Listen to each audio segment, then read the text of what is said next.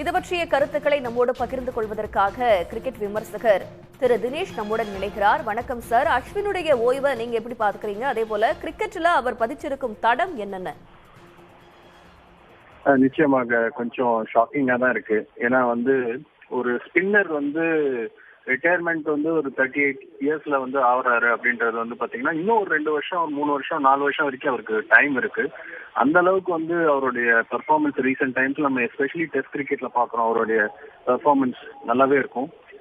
ஒரு 15 வருஷம் விளையாடி இருக்கிறாரு. எத்தனையோ 5 விக்கெட் ஹால் எடுத்திருக்காரு. டெஸ்ட்ல 100 டெஸ்ட் மேல விளையாடி இருக்காரு. இப்ப சமீபத்துல சென்னையில நடந்த டெஸ்ட் மேட்சஸ்ல கூட நல்லா பேட்டிங்லயும் போலிங்லயும் பெர்ஃபார்ம் பண்ணியிருந்தாரு. அடுத்து இந்த முரளிதரனோட டார்கெட்டை நோக்கி பயணிப்பாரு. முரளிதரன் 800 டெஸ்ட் விக்கெட்ஸ் எடுத்திருக்காரு. இவர் இன்னும் ஒரு 3 to 4 இயர்ஸ் விளையாடிட்டு இருந்தாருன்னா கண்டிப்பா அந்த அச்சீவ்மெண்ட் எடுத்திருப்பாரு.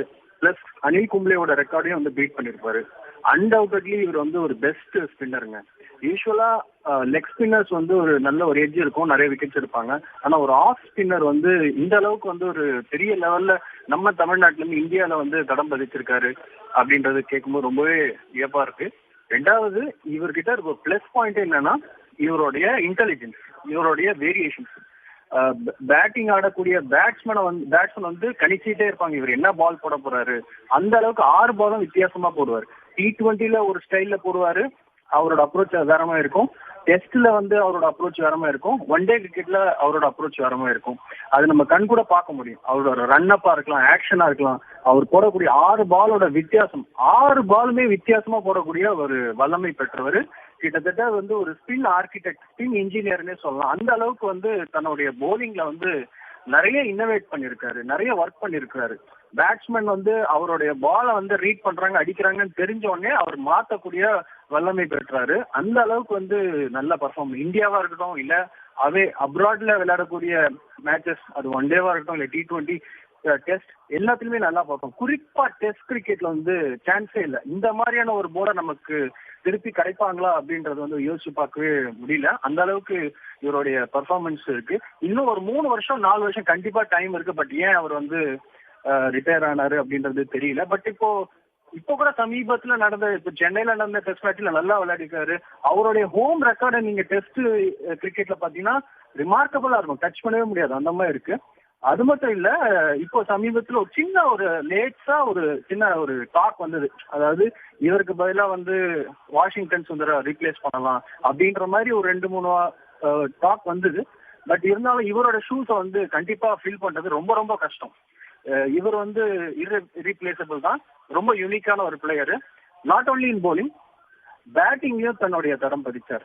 டெஸ்ட் கிரிக்கெட்ல நல்லா விளையாடக்கூடிய ஒரு பேட்டர். கிட்டத்தட்ட அவர் பேட்டிங் பாத்தீங்கன்னா அவர் டைம் பண்ணாருன்னா கிட்டத்தட்ட நம்ம முன்னாள் வீரர் விவிஎஸ் லக்ஷ்மன் எப்படி பேட்டிங்ல டைம் பண்ணுவாரோ பால, அந்த அளவுக்கு பேட்டிங்ல கூட நல்லா டைம் பண்ணி விளையாடுவாரு. செஞ்சுரிஸ் எல்லாம் டெஸ்ட் கிரிக்கெட்ல அடிச்சிருக்காரு. அண்ட் T20ல கூட, குறிப்பா இந்தியா T20ல விளையாடிருக்காரு. IPL ஆரம்ப காலத்துல ஒரு 2009-10ல வரும்போது சென்னை சூப்பர் கிங்ஸ்க்காக வந்தாரு. அதுக்கப்புறம் நிறைய அணி போனாரு. ராஜஸ்தான் ராயல்ஸ் விளையாடினாரு. T20 எஸ்பெஷலி IPL தன்னுடைய பங்களிப்பை தன்னுடைய போலிங்லயும் காட்டியிருக்காரு, கேப்டன்சிலையும் காட்டியிருக்காரு. நல்ல ஒரு லீடர்ஷிப், நல்ல ஒரு மேனேஜ்மெண்ட் பண்ணக்கூடிய ஒரு பிளேயர். இன்னும் கொஞ்ச நாள் இந்தியன் டீம்ல இருந்தா மேபி அவருக்கு கேப்டன்சி வாய்ப்பு கூட கிடைச்சிக்கலாம். அந்த கேப்டன்சி ஸ்கில் நல்லாவே இருக்கு. அந்த அளவுக்கு எல்லாரையும் அரவணைச்சு கொண்டு போவாரு, எல்லாரையும் சப்போர்ட் பண்ணுவாரு. நல்ல டாக்டிக்ஸ், ஸ்ட்ராட்டஜி. இவர் வந்த புதுசுல நம்ம தலை தோனி கேப்டன்சில விளையாடி இருக்காரு. அவரோட காம்பினேஷன் நல்லாவே இருக்கும், தோனி அண்ட் அஸ்வின். அவர்கிட்ட நிறைய கத்துக்கிட்டாரு. அதனால அவரோட போலிங்லயும் பாத்தீங்கன்னா 6 பாலும் வித்தியாசமா போறாரு. அவரோட ஸ்ட்ராட்டஜி, அவரோட டாக்டிக்ஸ், இது ரொம்ப ரொம்ப பெரிய விஷயம். அஸ்வினோட மிகப்பெரிய பிளஸ் அவரோட வேரியேஷன் தான் போலிங்ல. 6 பாலும் வித்தியாசமா போடுவார். ஒரு பால் ஃபிளைட்டா போடுவார், ஒரு பால் பிளாட்டா போடுவார், ஒரு பால் ஓவர் பிச்சா போடுவார், ஒரு பால் ஷார்ட் பிச்சா போடுவார். கணிக்கவே முடியாது. பேட்ஸ்மேன் அவுட் ஆயிட்டா இருப்பாங்க. குறிப்பா லெஃப்ட் ஹேண்ட் பேட்டர்ஸ் நிறைய திணற அடிச்சிருக்காரு. அலிஸ்டர் குக்கா இருக்கட்டும், டேவிட் வார்னரா இருக்கட்டும், இந்த மாதிரி நிறைய பேட்டர்ஸை தொடர்ந்து அவர் விக்கெட் எடுத்திருக்கிறாரு. அண்ட் ஆல்சோ நல்ல காம்படிஷன்ஸ்லாம் இருக்கும் அவருக்கும் வார்னருக்கும், அஸ்வினுக்கும், அலிஸ்டர் குக்குக்கும், அஸ்வினுக்கும், கிளென் மேக்ஸ்வெலுக்கும். இந்த மாதிரி டஃப் காம்படிஷன்ஸ்லாம் இருக்கும். இன்னொரு முக்கியமான விஷயம் என்னன்னா, பேட்ஸ்மேன் விளையாடும் போது அவரோட ரன் அப் நிறைய சேஞ்ச் பண்ணுவாரு, ஃபீல்ட் பிளேஸ்மெண்ட்லாம் சேஞ்ச் பண்ணுவாரு. ஒரு அதிரடியா ஒரு பேட்டர் விளையாடிட்டு இருக்காங்கன்னா எப்படி அவுட் பண்ணணும், அவரை எப்படி கண்ட்ரோல் பண்ணணும் அப்படின்றது வந்து நல்லா தெரிஞ்சு வச்சுப்பாரு. விக்கெட் வேணுமா, அஸ்வின் கிட்ட பால கொடுத்தா விக்கெட் எடுத்துருவார் அப்படின்ற மாதிரி T20 ஒன் டேலயும் இருந்திருக்காரு. டெஸ்ட் மேட்ச்ல தொடர்ந்து பல ஓவர்ஸ், பல ஸ்பெல், அதாவது ஒரே ஸ்பெல்ல ஒரு 10 ஓவர் 15 ஓவர் தொடர்ந்து போடுவாரு.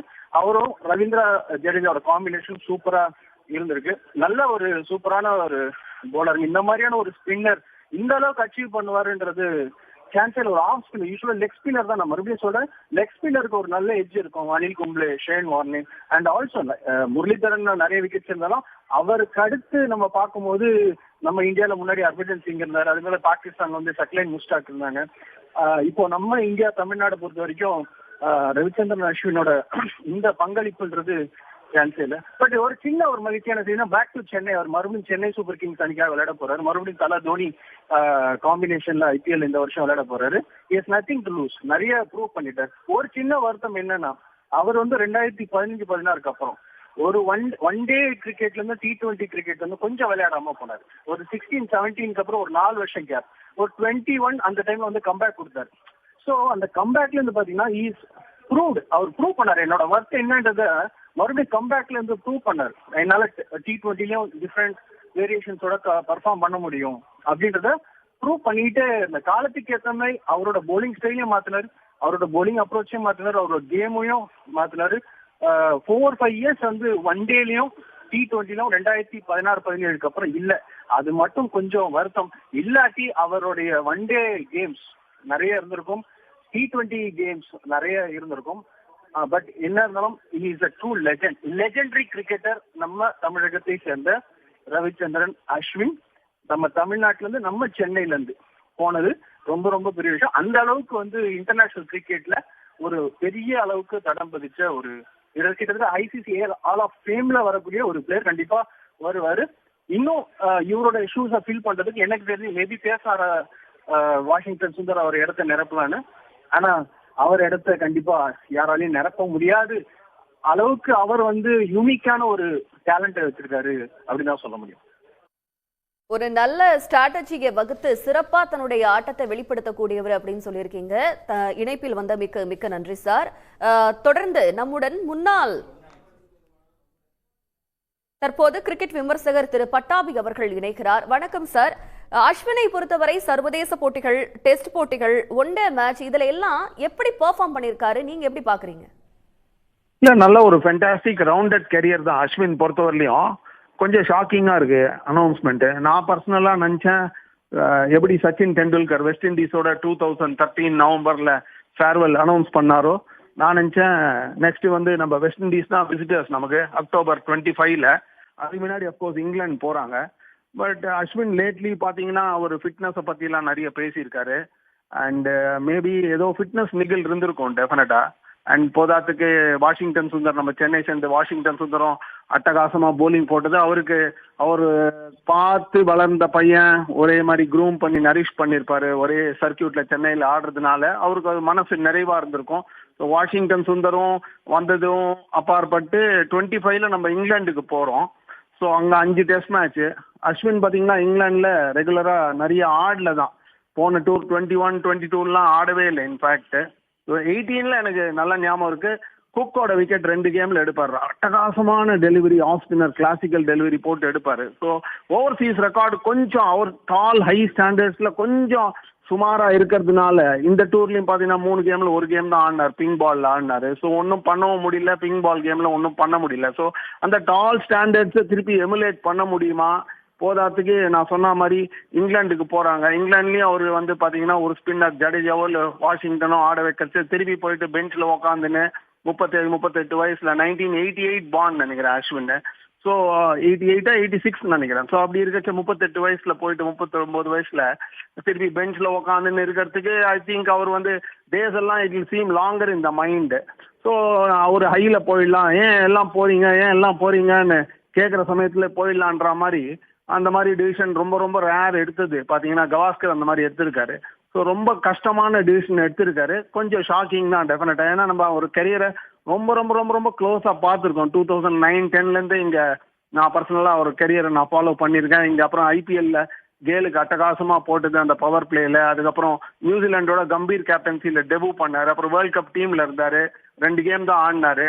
அதுக்கப்புறம் பாத்தீங்கன்னா இங்க வெஸ்ட் இண்டீஸோட 11 நினைக்கிறேன் 11 நவம்பர்ல 100 அடிப்பாரு. அதுக்கப்புறம் சங்கக்காராவோட கெரியர் சீக்கிரமா முடிஞ்சதே அஸ்வின் தான் ஒரு காரணம்னு சொல்லலாம். 15ல அட்டகாசமா போலிங் போட்டிருக்காரு. வெஸ்ட் இண்டீஸோட ஒரு ஃபேவரட் ஆப்பனன்ட், நிறைய செஞ்சுரிஸ் அடிச்சிருக்காரு.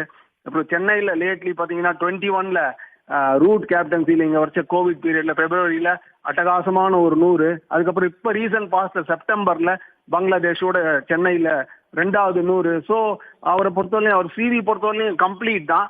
அண்ட் ப்ராபப்ளி அவர் வந்து பார்த்துருப்பாரு, ஏன்னா எல்லா ஃபார்மேட்டும் ஆடுறது இல்லை.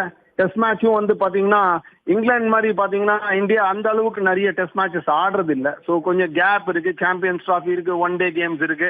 அதுக்கப்புறம் நான் சொன்ன மாதிரி ஜூன் ஜூலைல தான் இங்கிலாந்துல மேட்ச் இருக்கு. ஸோ ஐபிஎல்லும் சிஎஸ்கேக்கு வர போறாரு. ஸோ நான் நினைக்கிறேன் ஈவோட வெயிட் த ஆப்ஷன்ஸு, நிறைய மேட்சஸ் இல்லை, ட்ரெயின் பண்ணோம். ஓல்டர் ஆக ஆக அந்த மோட்டிவேஷன், அந்த டிரைவு, ஃபிட்னஸ் கன்சர்ன்ஸ் எல்லாம் ஒரு சிக்கல், ஒரு பிரச்சனையா இருந்திருக்கும்னு நினைக்கிறேன். ஸோ ப்ராபப்ளி அவரோட நியர் அண்ட் டியரை கன்சல்ட் பண்ணிட்டு, அவங்க அப்பாவுக்குலாம் பெரிய பெரிய ஒரு ஹியூஜ் வேக்யூம் அண்ட் வாய்டு, ஏன்னா ஒரு பிக்கஸ்ட் ஃபேனே அவங்க அப்பா தான்.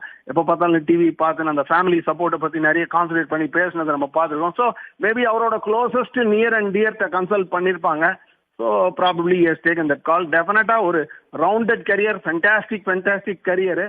அஸ்வின் நிறைய பேர் கூட எதிர்பார்த்தாங்க. அவரோட குரு அனில் கும்ப்ளே மேலே ஒரு ஹை ரிகார்ட்ஸ் இருக்கு. அவர் அடியில் கூட ஒரு கோச்சிங்காக இருக்கச்ச 16-17ல ஆடி இருக்காரு. ஸோ அஸ்வின் திருப்பி 600 எடுப்பாரா, கும்ப்ளே பக்கத்தில் போவாரான்ற மாதிரி ஒரு ஸ்பெகுலேஷன்லாம் இருந்தது. ஸோ அஸ்வினே கூட சொன்னார் ஒரு வாட்டி, கும்ப்ளே தாண்டிலாம் நான் போக மாட்டேன், டெஃபினட்டாக பக்கத்தில் வச்சா நான் ரிட்டையர் ஆகிடுவேன் அப்படின்ற மாதிரி ஒரு ஹியூமரஸாக சொல்லியிருந்தாரு. So but of course just past 500 இப்போ போயிருக்காரு. But huge career. டெஃபினட்டாக கொஞ்சம் மிக்ஸ்ட் எமோஷன்ஸ் இருக்கு, கொஞ்சம் சேட்னஸ் இருக்கும் நிறைய சென்னை ஃபேன்ஸ்க்கு. பட் சிஎஸ்கேக்கு ஆட போறாரு. ஸோ எல்லோ கலர்ல வர போறாரு திருப்பி after gap of long time. அதுக்கு அப்பாற்பட்டு அவர் கெரியரை செலிப்ரேட் பண்ணும். சென்னையிலேருந்து ஒரு ஜாம்பவான் பிளேயர், நிறைய சிக்கல் இருக்கு. இதுக்கு முன்னாடி எனக்கு தெரிஞ்சு வெங்கட் ராகவன் 57 கேம்ஸ் ஆடி இருக்காரு. அவர் பெரிய லெஜெண்டரி ஆஃப் ஸ்பின்னரு. அதுக்கப்புறம் இந்தியா லீட் பண்ணாரு. Srikanth 43 games, Murali Vijay 61 games. So அதுக்கப்புறம் பார்த்தீங்கன்னா அஸ்வின் தான் இந்த மாதிரி 100 கேம்ஸ் மேலே ஆடி. ஸோ இது ஒரு ரிமார்க்கபிள் கெரியரு. டெஃபினட்டா வந்து கொஞ்சம் இந்த ஒரு 2 நாள் இந்த எமோஷன்ஸ் அது இதெல்லாம் போனதுக்கு அப்புறம் தெரியும், அது சிங்கின் ஆகும். அவரோட எந்த மாதிரி அவர் கான்ட்ரிபியூட் பண்ணியிருக்காரு, இந்தியன் கிரிக்கெட்டு எவ்வளோ வின்ஸு கான்ட்ரிபியூட் பண்ணிருக்காரு, எப்படி ஒரு வர்சடைலா இருந்திருக்காரு, ஒரு லிமிட்டட் எபிலிட்டிஸ் இருந்தால் கூட ஃபீல்டில் அதை ஆப்டிமைஸ் பண்ணி ஹார்டாக ஒர்க் பண்ணி ஃபிட்னஸில். ஸோ ஒரு ரவுண்டட் கிரிக்கெட்டரா, ஒரு முக்கியமான விஷயம் கிரவுண்டட் கிரிக்கெட்டர் கூட, ஒரு ஹம்பிள் மேன் அந்த ஸ்ட்ரீட்டோட கனெக்ட் பண்ணிக்கினேன், டென்னிஸ் பால் கிரிக்கெட்டை பற்றி பேசினேன், லோக்கல் பாஷையில் பேசினேன், தலைக்கு போவே இல்லை. அதே மாதிரி அவர் டிசப்பாயின்மெண்ட்டும் அவர் மனசுக்கு போவே இல்லை. ஸோ அது ஒரு rare combination of individual and cricketer. So ஒரு 2 நாளைக்கு டெஃபினட்டாக எமோஷன்ஸ்லாம் ஹெவியாக இருக்கும். 2-3 டேஸ்க்கு அப்புறம் செட்டில் ஆனதுக்கப்புறம் தெரியும் அந்த பிரம்மாண்டமான அச்சீவ்மெண்ட் என்னன்றது. எல்லாரும் கொஞ்சம் சிங்க் ஆகி ரிஃப்ளெக்ட் பண்ணி பார்க்கறதுக்கு ஒரு ஃபினாமினல் கெரியர். பர்டிகுலர்லி நம்ம ஊர்லேருந்து வெஸ்ட் மாம்பலத்துலேருந்து வரும்